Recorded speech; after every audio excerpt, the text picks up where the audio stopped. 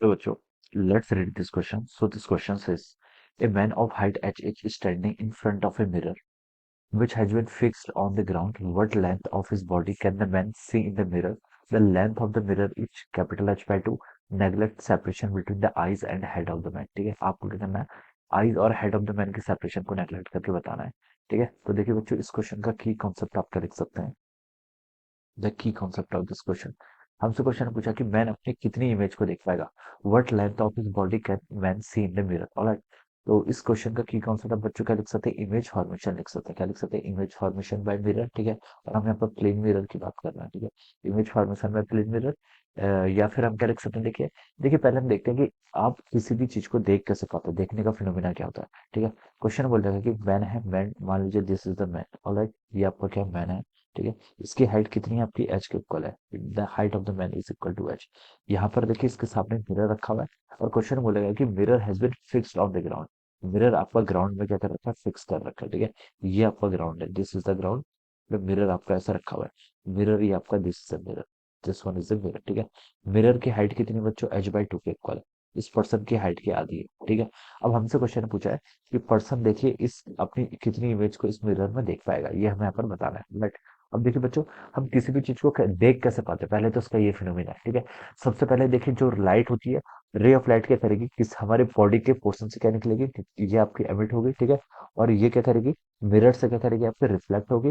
Reflect होकर हमारी eyes पर पड़ेगी, इसलिए हम किसी भी चीज को क्या कर पाते हैं? देख पाते हैं। ठीक है, अब देखिए बच्चों, मान लीजिए हमारे फुट से हम बॉडी के सबसे लोएस्ट पॉइंट से स्टार्ट करते हैं। यहाँ से आपकी एक रे ऑफ लाइट ऐसे आ गई। ठीक है, ये आप कैसे निकलेगी? इसके बाद देखिए आपकी, ये आपकी आएगी आएगी और आपकी क्या करेगी? आईज में फॉलो करेगी। क्वेश्चन में बोल रहा था कि neglect separation between the eyes and head of the man. ठीक है, आईज और हेड ऑफ द मैन को क्या करना है? नेगलेक्ट कर लेना है। ठीक है, तो हम बता सकते हैं कि आईज और हेड क्या है? आईज और हेड ऑलमोस्ट सेम डिस्टेंस पर। ठीक है, तो ये हम बता सकते हैं। ठीक है, अब देखिए लॉस ऑफ रिफ्लेक्शन का भी आपको यहाँ पर ध्यान रखना है। लॉस ऑफ रिफ्लेक्शन क्या बताता है?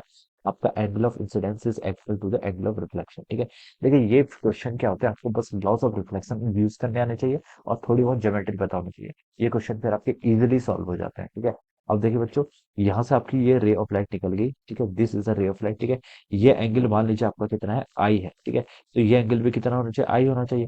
एंगल ऑफ इंसिडेंस और रिफ्लेक्शन दोनों क्या होते हैं? इक्वल होते हैं। ठीक है, ये बता सकते हैं। अब यहाँ से लेकर यहाँ तक की बच्चों हाइट कितनी है? ठीक है, ये मिरर के हाइट के इक्वल है, यानी कि एच बाई 2 के इक्वल है। और ये जो आपकी ऊपर वाली हाइट होगी, ये हाइट भी कितनी है? आपकी एच बाई 2 के इक्वल है। ये हम बता सकते हैं। तो देखिए बच्चों, इस तरीके से एक आपका ट्रायंगल बन जाएगा। ठीक है, इस तरीके से ट्रायंगल बन गया। ये देखिए, अब मैं इसको नाम दे देता हूँ। मान लीजिए ये आपका ए, बी, सी एंड डी। ठीक है, अब इस ट्रायंगल में देखो, अगर मैं ऊपर वाला ट्रायंगल ए बी डी और नीचे वाला ट्रायंगल बी सी डी में देखो, तो बच्चों बी डी तो इनमें क्या आपकी कॉमन है? बी डी साइड क्या कॉमन है?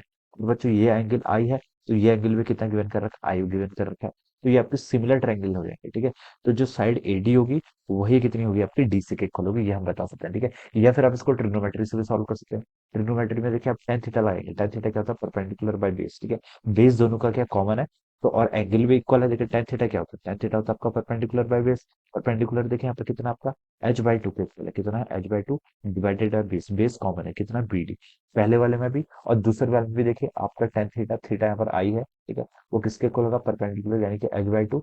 ये दोनों अगर एंगल इक्वल है तो ये एच बाई 2 है, तो ये भी ऊपर एच बाई 2 होना पड़ेगा। मेरे कहने का मतलब ये है। ठीक है, तो ये दोनों क्या होगा? सेम होगा।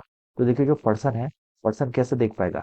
पर्सन अपने सिर्फ फूट को देख पा रहा है। क्या देख पा रहा है? पर्सन अपने फूट को देख पा रहा है। ठीक है, अगर कोई रे ऑफ लाइट मान लीजिए उसके इस पोर्शन यहाँ पर से निकल रही है। ठीक है, अब देखिए हम ये चेक कर रहे हैं कि पर्सन कहाँ तक अपनी इमेज देख पाता है।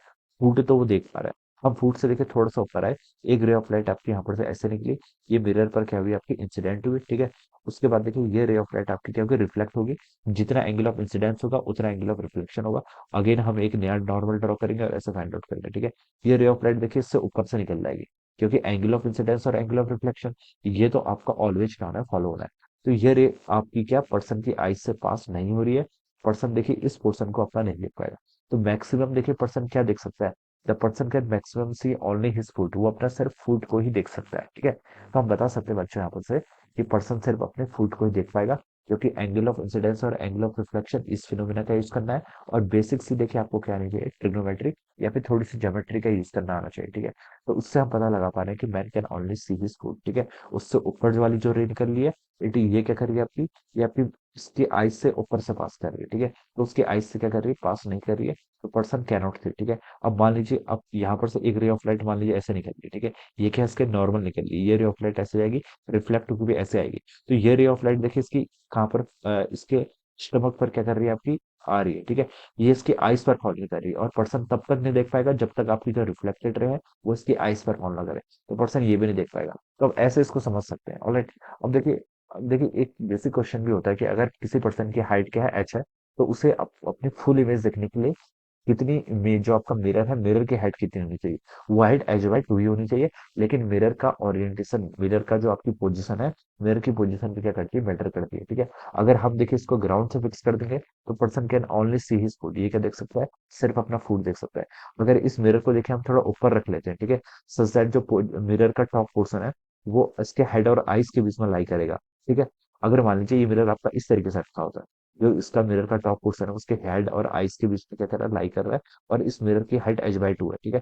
तो तब हम यहाँ पर से देखें लॉस ऑफ रिफ्लेक्शन और ये यूज करते, तो हम बता पा सकते थे कि ये पर्सन अपनी कंप्लीट इमेज देख लेता है, this person can see his complete image, ठीक है। बट इन दिस सिचुएशन जो क्वेश्चन ने बोल रखा है कि जब mirror has been fixed on the ground, तो इस सिचुएशन में ही can only see his foot, ठीक है।